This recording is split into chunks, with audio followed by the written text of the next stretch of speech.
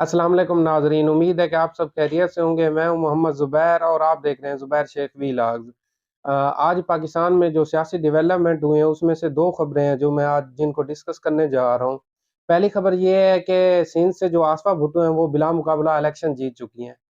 और दूसरी खबर ये है कि जो एस्टेब्लिशमेंट है उसने अपनी कार्रवाई का आगाज कर दिया है, क्योंकि वो चाह रहे हैं कि इमरान खान को किसी तरह ठिकाने लगा दिया जाए और उसके बाद पार्टी में इस तरह की तकसीम कर दी जाए कि जो पाकिस्तान के अवाम है या कारकुन है उनको पता ही ना चले कि कौन पाकिस्तान तहरीक इंसाफ का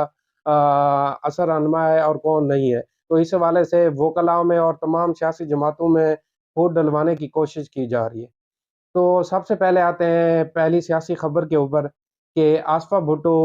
बेनज़ीराबाद से बिला मुकाबला इलेक्शन जो है ना वो जीत चुकी हैं।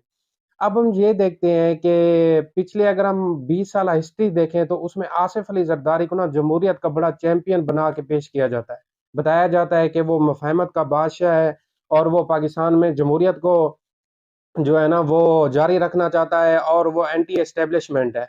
लेकिन जब भी हम ग्राउंड पे सूरत हाल देखते हैं, सिंध में जब भी इलेक्शन हुए, इससे पहले आप देख लें कराची के इलेक्शन हुए हैं वो किस तरह हुए हैं। जिस तरह ये 2024 के इलेक्शन हुए हैं बिल्कुल इसी तरह इसका ट्रेलर जो है ना वो एस्टेब्लिशमेंट ने चलाया था कराची में, जब मुर्तजा वहाब को इन्होंने अपना मेयर कराची बना लिया था। उससे पहले भी देखें जब कभी भी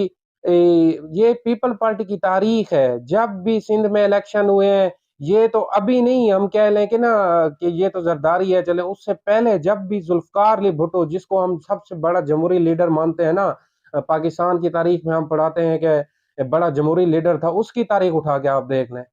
1971 के इलेक्शन देख लें और उसके बाद 1977 के इलेक्शन देख लें, उसमें भी दर्जनों जुल्फकार अली भुट्टो ने अपने जो एमएनए है ना वो बिला मुकाबला मुंतखब कराए थे और हमेशा अक्सर जुल्फकार अली भुट्टो खुद भी बिला मुकाबला मुंतखब आया हुआ है। तो ये जो बदमाशी है पीपल पार्टी की सिंध में ये आज से नहीं है, ये 50 साल पहले से है जब पीपल पार्टी की बुनियाद रखी गई थी। लेकिन अफसोस ये होता है कि इस बदमाशी के बाद ये जमहूरियत के चैंपियन बनने की कोशिश करते हैं और बताते हैं कि ये इंसानी हकूक जो है ना हम तो बड़े अलम बरदार हैं इंसानी हकूक के। पीपल पार्टी तो वो वह जमात है, लेकिन अब फौजी अदालतें हैं, अब उसमें पीपल पार्टी क्यों नहीं बोलती? और वो जो लिबरल तबका है हमारा हमें बताता है कि जो इंसानी हकूक की अलम बरदार है वो तो पीपल पार्टी है, बताएं फिर फौजी अदालतों पर रजा रब्बानी क्यों नहीं बोलता? वो जो आइन आइन की किताब लहराता था पार्लियामेंट में, और फरातुल्लाह बाबर क्यों नहीं बोलता? तो ये उनकी सूरत हाल है। आसफा भुट्टो अपना सियासी कैरियर का आगाज करने जा रही हैं, उनका पहला इलेक्शन था, तो उन्होंने सबसे पहले क्या किया उसके कागज मुस्तरद करवा दिए हैं जिस तरह के 2024 के इलेक्शन में हुआ है। उसके बाद जब ट्रिब्यूनल से इजाजत मिल गई थी, अशरफ रिंद था, पता नहीं क्या नाम था उसका, रिंद था कोई जो तरीके इंसाफ का हिमायत याफ्ता उम्मीदवार था, जब उसको इजाजत मिल गई है तो उसको अगवा करवा के उन्होंने दस्तबरदार करवा दिया और आसफा भुट्टो जो है ना वो जमहूरियत का जो बड़ा चैंपियन है ना उसकी बेटी बिला मुकाबला मुंतखब हो गई है सिंध से। अब यहाँ पे देखने की ये सूरत हाल है, क्योंकि जो एस्टेब्लिशमेंट जर्नेल ही हैं, जो जर्नेल हैं पाकिस्तान में हुकूमतें बनाते और गिराते हैं, वो सबसे पहले ना बलोचिस्तान के सरदारों के जरिए, कराची के मैंडेट के जरिए या अंदरून सिंध के मैंडेट के जरिए या जनूबी पंजाब के मैंडेट के जरिए जो है ना वो अपनी हुकूमतें बनाते और गिराते थे अपनी मर्जी के मुताबिक। अब जब तरीके इंसाफ ने 2024 के इलेक्शन में क्लीन स्वीप किया है, तो जर्नेलों की ये जो ख्वाहिश है जो इनके एसिड से ना इधर जनूबी पंजाब में या बलोचिस्तान में थे या सिंध में या, तो वो सारे एसिड्स इनके एक्सपोज हो गए हैं और अवाम ने उनको बुरी तरह मुस्तरद कर दिया। लेकिन अभी भी अंदरून सिंध में जब तक ये पीपल्स पार्टी के जो कैंडिडेट्स हैं ना ये बिला मुकाबला मुंतखब होते रहेंगे और इनके मुकाबले में कोई बड़ा रहनुमा इलेक्शन नहीं लड़ेगा, तो ये इसी तरह समझ लें कच्चे के जो डाकू हैं वो भी एस्टेब्लिशमेंट के एसिड्स हैं, क्योंकि वो पीपल पार्टी को इलेक्शन जिताते हैं, कोई कैंडिडेट खड़ा नहीं होने देते पीपल पार्टी के मुकाबले में।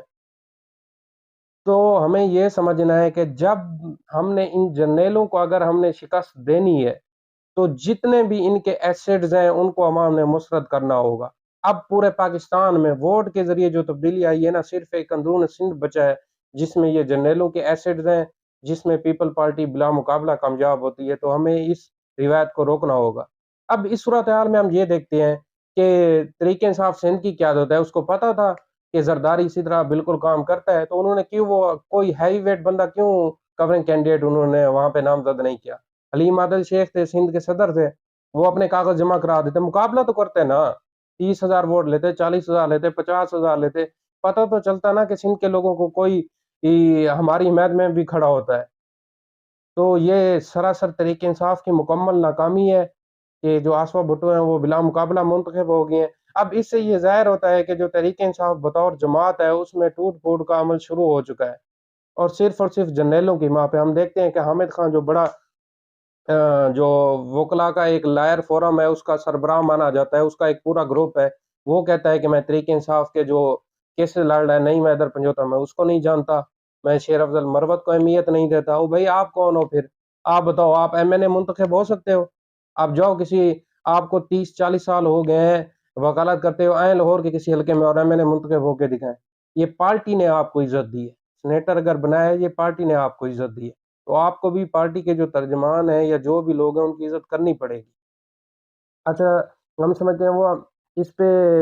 एक है ना कि शेर अफजल मरवत एजेंसियों को बंदा है, अगर मान भी लिया जाए तो पंजाब में कौन सा वकील सामने आया है जिसने रैलियां की हैं, कन्वेंशन किए हैं या 2024 के इलेक्शन में कंपेन चलाई है? ये जितनी भी तरीके इंसाफ की दूसरी क्यादत है सिर्फ ओहदों के लिए आई हुई है, और ये ओहदे ले रहे हैं, ऐशी कर रहे हैं, इनका मकसद है इमरान खान बैन ना आए ताकि हम ये इंजॉय करते रहें। तो तरीके इंसाफ को जो जैनमन लोग हैं उनको सोचना चाहिए कि इमरान खान तक रसाई सिर्फ वकीलों की नहीं होनी चाहिए, वकीलों के अलावा भी जो सियासी लोग हैं जिस तरह फैसल जावेद है, जो भी कोर कमेटी के मेंबर्स हैं उनकी भी मुलाकात कराई जाए ताकि जो जर्नैलों का प्लान है उसको मुकम्मल तौर पे नाकाम किया जा सके।